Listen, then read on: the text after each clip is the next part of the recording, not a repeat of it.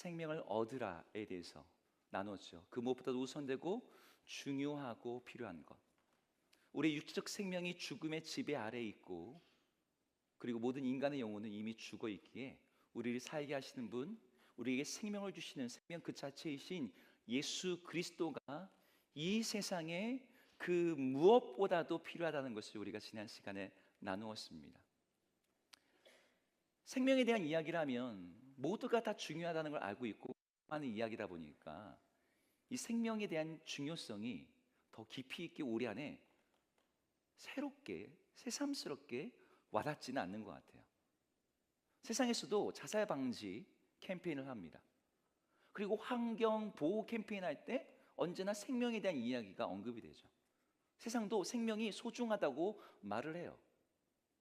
그런데 다른 중요한 것들이 생명의 앞자리를 차지할 때가 많습니다. 생명보다 돈이 더 중요하고, 권력이 더 소중하고, 쾌락을 더 원하고, 명예 때문에 사람들은 자신의 생명과 목숨도 버릴 수 있다고 생각해요. 이런 배경에서 오늘 우리가 읽은 성경 디모데전서는 바울이 자신의 후계자이자 영적인 아들인 디모데에게 영생을 취하라라고 하는 아주 단호하고 강한 명령을 주고 있는 본문입니다. 우리 방금 그 본문을 다시 한번 읽어볼까요? 디모데전서 6장 12절 읽습니다. 시작. 믿음의 선한 싸움을 싸우라. 영생을 취하라. 이를 위하여 내가 부르심을 받았고 많은 증인 앞에서 선한 증언을 하였도다. 아멘. 여기 앞에 두 개의 명령형이 나오죠. 믿음의 선한 싸움을 싸우라. 영생을 취하라. 이 두 가지 일을 위해서 너는 부르심을 받았고 그것을 증거할 증인이 되었다. 그러니까 디모데는 믿음의 선한 싸움을 싸우라고 부름을 받았다는 거예요. 그리고 그 믿음의 선한 싸움의 결과로서 너는 영생을 취해야 될 것이다. 이걸 때문에 너가 부르심을 받았고, 이것 때문에 네가 지금 이런 모든 사역과 증인된 역할을 감당하고 있는 거야. 그러니까 디모데에게 있어서는 증인의 사역, 그의 소명, 그의 어떤 평생의 영적인 스트러글, 이 모든 것들이 이 영생과 연결되어 있는 문제였어요. 생명이 너무나 중요하고 본질적이라는 걸 우리는 성경 여기저기서 확인할 수 있습니다. 모두가 이 부분에 대해서 깊이까지는 아니어도 어느 정도 공감은 할 거예요. 그런데 내 개인으로 왔을 때 정말 생명이, 예수님이 주신다는 그 영생이, 그 부활의 생명이 정말 나에게 중요한가? 라고 묻는다면 여러분의 실제 삶 속에서는 그렇게 느껴지지 않을 겁니다. 내 당장의 문제들 있잖아요. 취업, 결혼, 나의 고민거리들, 그것보다 생명이 우선이다라는 생각을 우리는 별로 하지 못합니다. 죽음이 우리 삶에 깊숙이 들어왔을 때에야 생명이 이렇게 소중한 것이었구나 라고 비로소 알게 될 뿐이죠. 제가 아는 한 집사님이 월드비전이라고 하는 NGO 단체에 입사를 했어요. 원래 이 집사님은 NGO 단체에 들어갈 생각이 없었습니다. 야망이 있고 똑똑한 청년이다 보니 대기업의 마케팅과 이런 쪽의 일들을 하기를 원했어요. 그래서 원래는 갈 생각이 없는데 우선 경력이나 좀 쌓아보자 라는 입장에서 지원을 한 거예요. 근데 이 월드비전이라는 이 NGO 단체는 세계적으로 어려운 나라들, 기아에 신음하거나 전쟁 가운데 고아로 된 그런 아이들을 돌보고 살리고 구호하는 그런 국제 단체잖아요. 그래서 이 단체는 새로운 직원들이 입사를 하면 이 직원들이 그들이 하는 일이 얼마나 소중한지 중요한지를 경험하기 위해서 입사한 지 몇 개월 안에 꼭 현장으로 보낸다고 해요. 이 집사님도 얼마 되지 않아서 아프리카의 기아 난민촌에 가게 됐습니다. 갔더니 정말 그 뉴스에서나 보던 그 현장이 자기 눈앞에 펼쳐지는 거예요. 너무너무 비참한 거죠.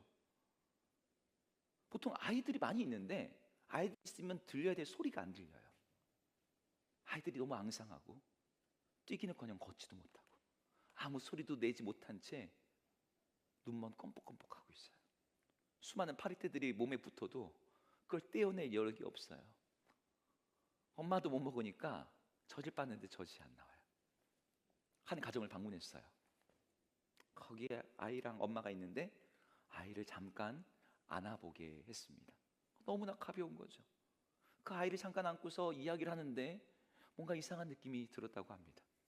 미세하게나마 숨을 쉬며 느껴지던 그 아이의 호흡이 잠깐 안고 있는 사이에 끊어진 거예요. 자기가 안고 있던 그 몇 분 사이에 그 아이가 죽었습니다. 너무 집사님이 충격을 받았어요. 내가 오늘 처음 본 아이고 어떠한 정서적 교감도 없었던 아이지만 자기 품에서 죽은 그 아이를 다시 그 엄마한테 돌려줄 때 이 청년 집사님의 인생은 변곡점을 맞이하게 됐습니다. 아, 내가 지금까지 중요하게 여겼던 야망, 성공, 사회적 지위, 이런 것들이 삶과 죽음의 문제 앞에서 정말 아무것도 아니구나. 내게 정말 중요한 것은 생명이구나. 무엇보다도 우리 육체적 생명, 우리 죽으면 끝나는 그 죄로 변해버릴 흙으로 돌아갈 그 생명 말고 정말 우리에게 죽음을 이기게 하는 생명, 죽어도 죽지 않은 그 생명, 그게 필요하구나. 여러분, 성경은 이 생명을 예수 안에서 우리에게 주신다고 말해요. 이건 오직 하나님의 은혜로만 주어지는 생명입니다. 죽은 자는 스스로 생명을 얻을 수가 없어요. 생명 있는 곳으로 갈 수가 없죠. 이게 모순이에요. 절대적으로 생명이 필요한 존재들이 생명을 얻을 수 있는 방법이 없는 거예요. 그런 모순을 가진 인간에게 하나님께서 찾아오셨어요.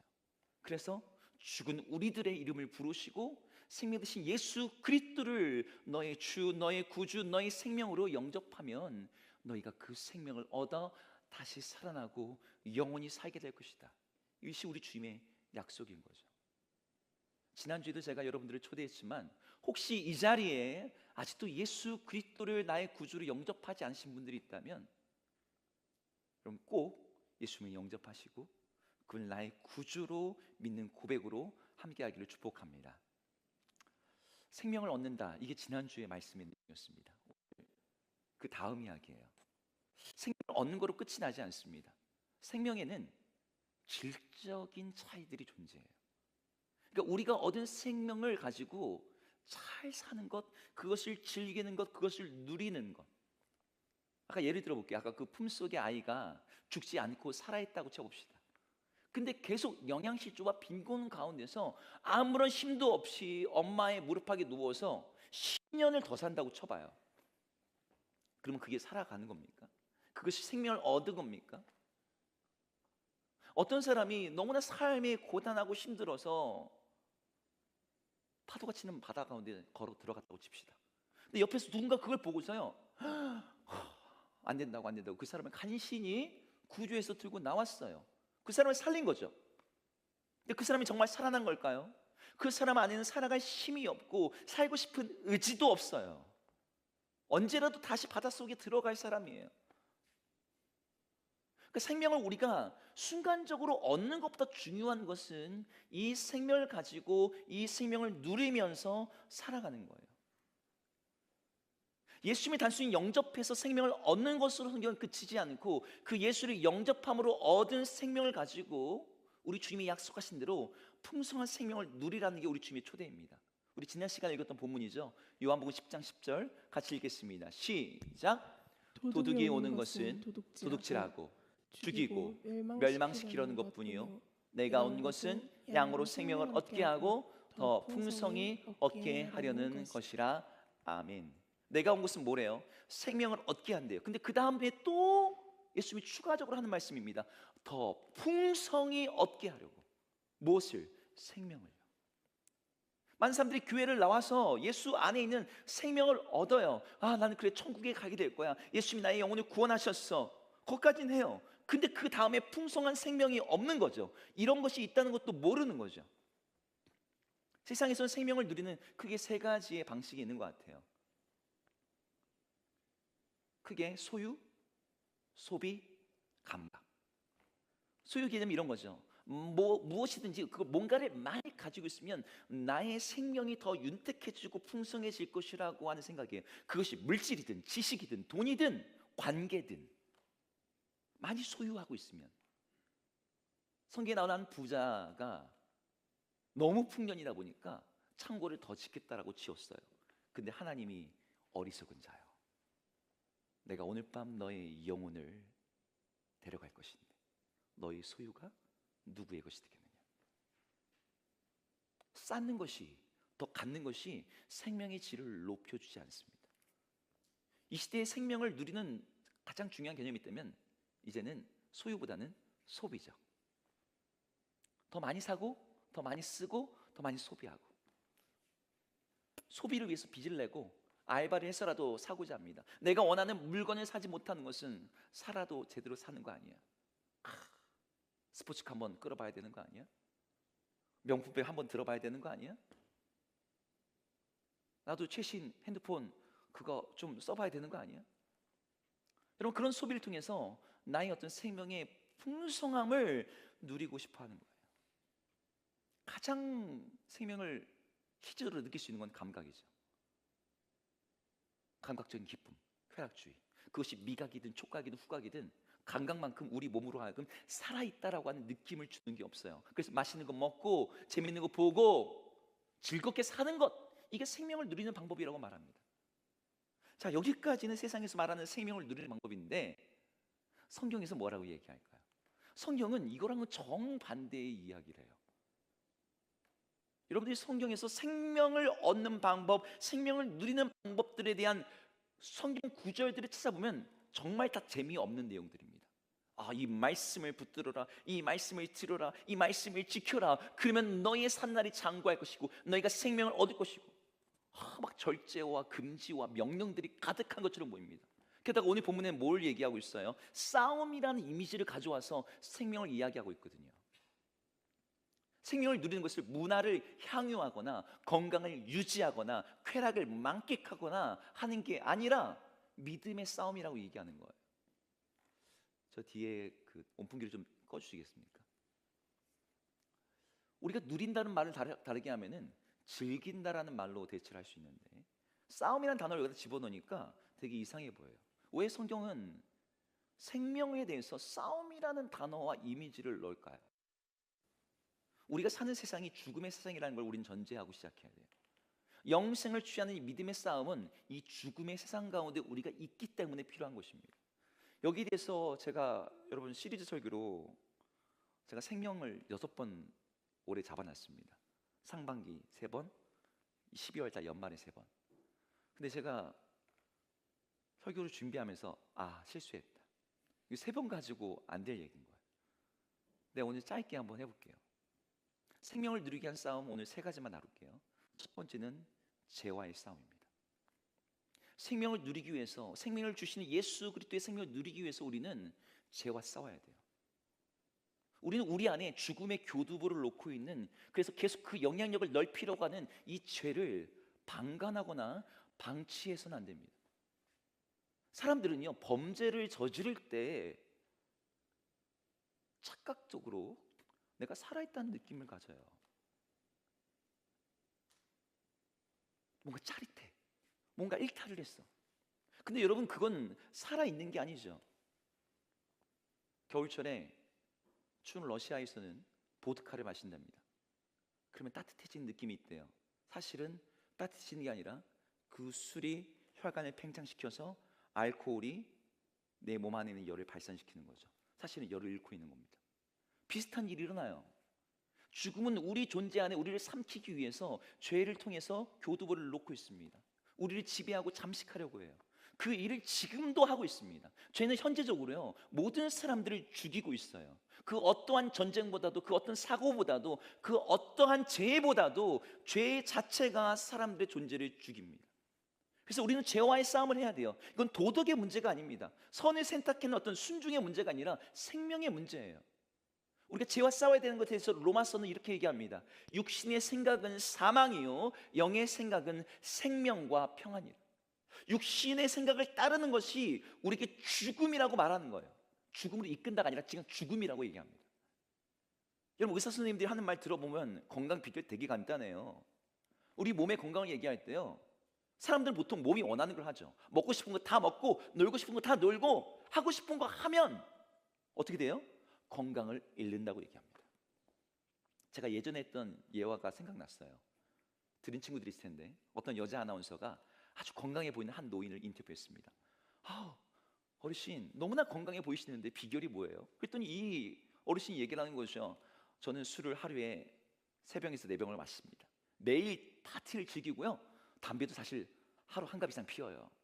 하지만 그게 뭐가 문제인가요? 내가 하고 싶은 대로 사는 것, 스트레스 없이 사는 것, 이게 나의 건강의 비결입니다. 우와, 놀랍군요. 자유롭게 사는 게 건강의 비결이었군요. 그런데 어르신, 실례지만 올해 연세가 어떻게 되세요? 27살이요. 의사들, 과학자들이 공통적으로 하는 말, 건강에 대한 비결 여러분 다 알고 있죠? 절제하는 삶, 규칙적인 삶, 훈련하는 삶.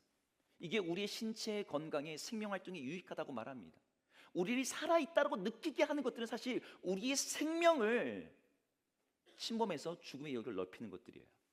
생명을 억압하고 생명을 제약하고 생명을 옥죄는 것처럼 보이는 그것들이 사실은 우리의 생명을 더 안전하게 하고 건강하게 하죠.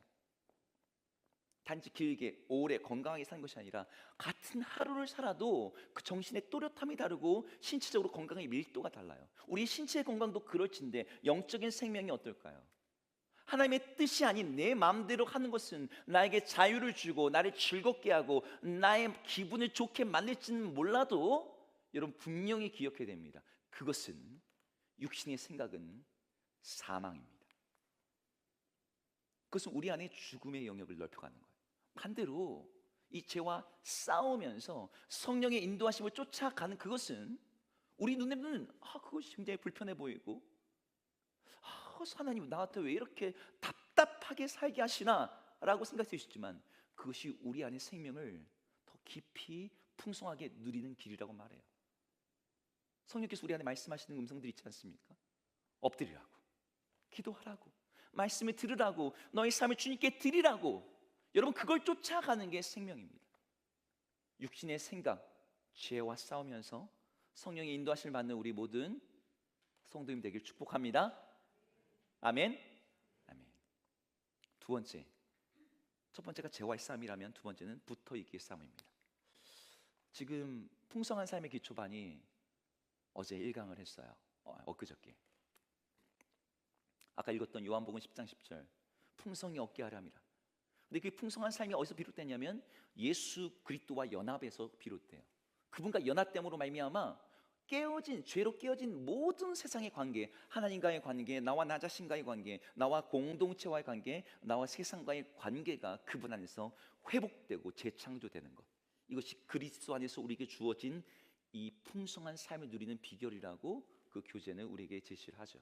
그래서 그 모든 관계를 다루는 게 그 훈련입니다. 근데 여기에서 본질적인 관계는 뭐예요? 이 나머지 모든 관계를 회복시킨 것은 예수 그리스도와의 관계예요. 그분과 연합되어 있음으로 말미암아 그분과 공존하는 상태가 되고 그분과 공존하는 자아를 갖게 되고 그래서 그분의 생명이 나의 생명이 되는 것, 그것을 성경은 우리 생명의 핵심이라고 얘기합니다. 요한복음 15장 5절에서 예수님이 비유를 하시기를 나는 포도나무여 너희는 가지니 나를 떠나서 너희가 아무것도 할 수 없다고 얘기해요. 여러분 우리가 다 믿는 내용이죠. 여러분 믿지요? 우리 그분을 떠나서는 우리에게는 생명도 없고 우리에게는 아무런 가치도 없고 아무것도 없습니다. 예수님께 붙어 있으면 되는 거예요. 말은 너무나 쉽습니다. 근데 이게 쉽지가 않아요. 제가 그래서 붙어 있기의 싸움이라고 이름을 붙인 거예요. 우리를 예수님으로부터 분리시키려고 하고 우리를 예수님으로부터 단절시키려고 하는 미혹과 공격과 우리 삶의 분주함이 우리를 끊임없이 끌어내리려고 하거든요. 그런 점에서 이것은 일종의 싸움입니다. 예수님께 붙어 있기 위해서 그분과의 연결과 연합이 더 깊이 공고하게 이루어지기 위해서, 그래서 그것이 일상에서 얼만큼 그 일이 이루어지냐에 따라서 우리 생명의 풍성함이 다른 거죠. 전 지금 결혼 13년 차입니다. 결혼 13년 차인데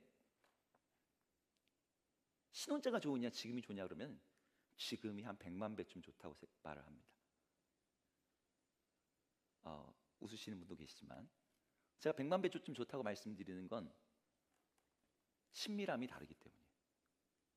네. 서로에 대한 이해의 폭이 다릅니다. 깊이 있는 나눔이 가능해요. 물론 신혼 때부터 그게 가능하신 분들도 있죠. 예수님을 믿는다는 것은요, 그분에게서 생명을 공급받는 거예요. 그분으로 충만해지는 거예요. 그분의 생각이, 그분의 말씀이, 그분의 존재가, 그분의 뜻이, 그분의 감정이 우리 안에 들어와서 나의 존재를 자꾸 그분과 동일화시키는 거죠. 우리 예수님께 구하면요, 예수님은 자신을 내어주세요. 요한계시록에서 마지막 세상의 끝날에 나는 알파 오메가 처음과 마지막, 그러면서 예수님이 이렇게 말씀하십니다. 나는 목마른 자에게 생수의 샘물을 값없이 주는 자다. 여러분 젊은 때는, 청년 때는, 건강할 때는 생명이 나한테 있는 것 같습니다. 다른 사람들은 좋은 음식, 자연적 환경, 운동 얘기해요. 하지만 우리는 생명의 원천이 우리 하나님, 창세 이전에 모든 물질의 근원이자 모든 생명의 근원 되신 그분에게서 생명이 시작됐다는 걸 알고 있습니다. 우린 그분에게 그 생명을 얻어야 돼요. 그러기 위해서는 어떻게 돼요? 그분하고 붙어 있어야 되는 거죠. 우리가 말씀을 듣는다는 것도 그런 겁니다. 여러분, 말씀을 듣는 것이 우리에게 생명을 주는 활동이에요. 여러분, 지금 영적인 생명을 얻고 있는 겁니다. 말씀을 내가 듣고자 하고 그분의 말씀을 듣고 내가 따르고자 할 때 예수님께서 생명을 우리 삶에 공급해 주고 있어요. 우리 눈엔 그게 안 보이지만, 신명기 8장 3절에서 사람이 떡으로만 살 것이 아니요 여호와의 입에서 나오는 모든 말씀으로 살 것입니다.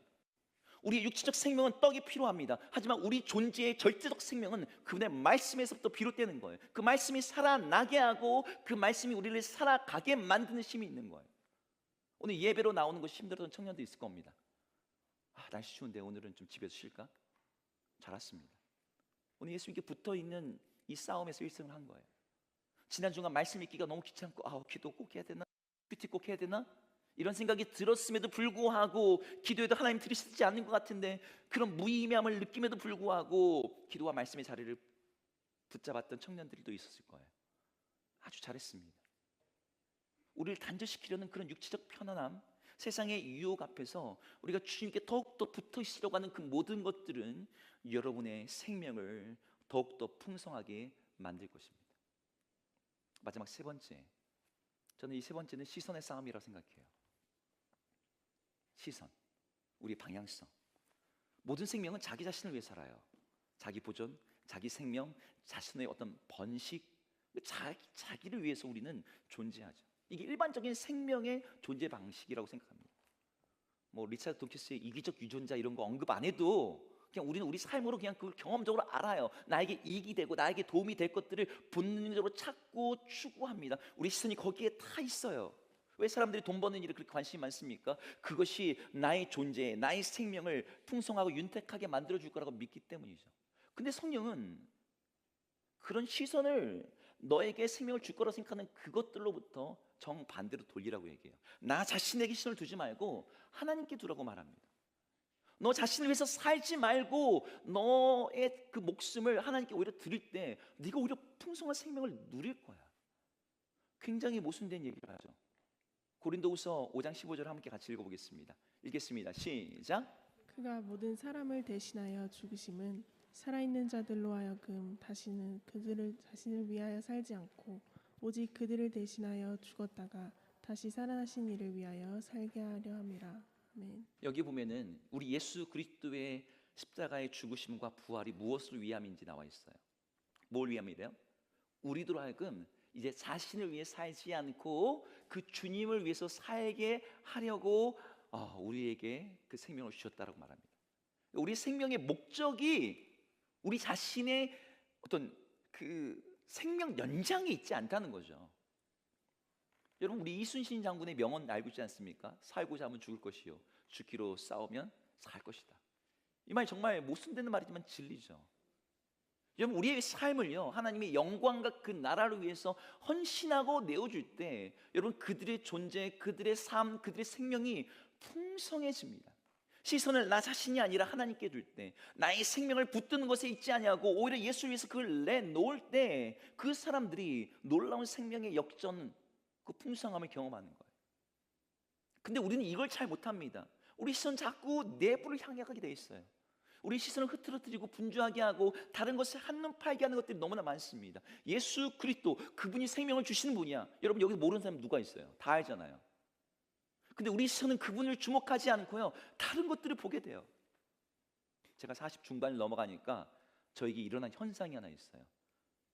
저는 예전에 몰랐는데 자꾸 건강식품들을 제가 이렇게 골라보고 있어요. 최근에 노안이 오면서 눈에 뭐가 좋은지 이렇게 보고 있어요. 여러분, 건강식품 보는 사람, 자기 돈 내고 사는 사람, 아유, 여기 몇 분이 있네요. 아유, 그래, 네. 그런데 그 시선을 내가 아니라 우리 예수 그리스도에게 계속해서 두라는 거죠. 그분에게 우리의 삶의 초점을 두라는 거죠. 제가 오늘 세 가지를 얘기했습니다. 죄와의 싸움, 붙어있기의 싸움, 시선의 싸움. 사실 이 세 가지는 우리가 가지고 있는 생명에 대한 직관과 정반대되는 이야기들입니다. 내 마음대로 하는 게 나의 생명을 더 원활하게 만들어주는 것 같고, 예수님께 붙어있기보다는 자유롭게 움직이는 게, 주님을 위해 살기보다는 나 자신을 위해서 나의 삶과 나의 시선과 나의 에너지와 나의 자원을 쓰는 게 나의 생명에 유익할 것 같은데, 성경은 정반대를 얘기하는 거예요.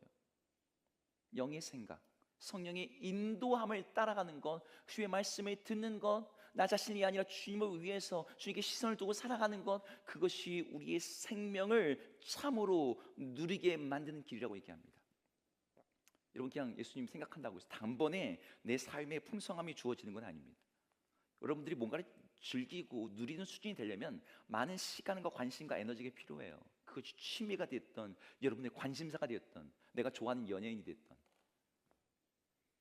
여러분, 맨날 일만 하는 사람은요, 쉬라고 해도 못 쉽니다. 네. 못 쉬어요. 즐기라고 해도 좋은 음악, 이거 좋지 않냐? 얘기해도 이 음악이 왜 좋은지를 몰라요. 그런 음악들을 안 들어봤으니까. 생명도 마찬가지입니다. 예수 그리스도는 그 생명을 누리기 위해서는 여러분들이 그 생명을 가지고 죄와 싸워봐야지, 예수님께 더 결속되어 봐야지, 주님 위해서 나 자신을 들어봐야지 그분이 내 안의 생명을 어떻게 풍성하게 하는지를 압니다. 여러분, 우리가 부르는 많은 찬양 가운데 내가 주와 함께하는 그 기쁨을 알 사람이 없도다, 예수님과 함께하는 그 동행하는 삶이 얼마나 기쁜지, 여러분 이런 표현들 보면 여러분 공감이 되십니까? 여러분, 그런 가사에 공감이 전혀 1도 안 된다면 여러분들은 지금 정말 중요한 걸 놓치는 거죠. 예수 그리스도에 있는 그 생명의 풍성함이 뭔지를 모르는 거죠. 놀아본 사람이 놀 줄 안다고 생명을 누리는 것도 마찬가지예요. 여러분들, 그 예수께 붙어 있어서 그 예수부터 오는 생명을 내가 얻기 위하여 그분께 시선을 두고 그분의 말씀을 듣고 그분의 말씀대로 하고 그렇게 연습하고 훈련하는 걸 통해서 우리는 그 생명의 풍성함을 누릴 수 있어요. 이걸 성경은 간단하게 자기 십자가를 지고 자기를 부인하고 나를 따르라, 고난의 길로 제시해요. 하지만 그것이 우리에게 생명을 얻는 길입니다. 우리 함께 이 시간 찬양할까요? 주가 보이신 생명의 길이란 찬양인데요, 이 찬양의 가사를 여러분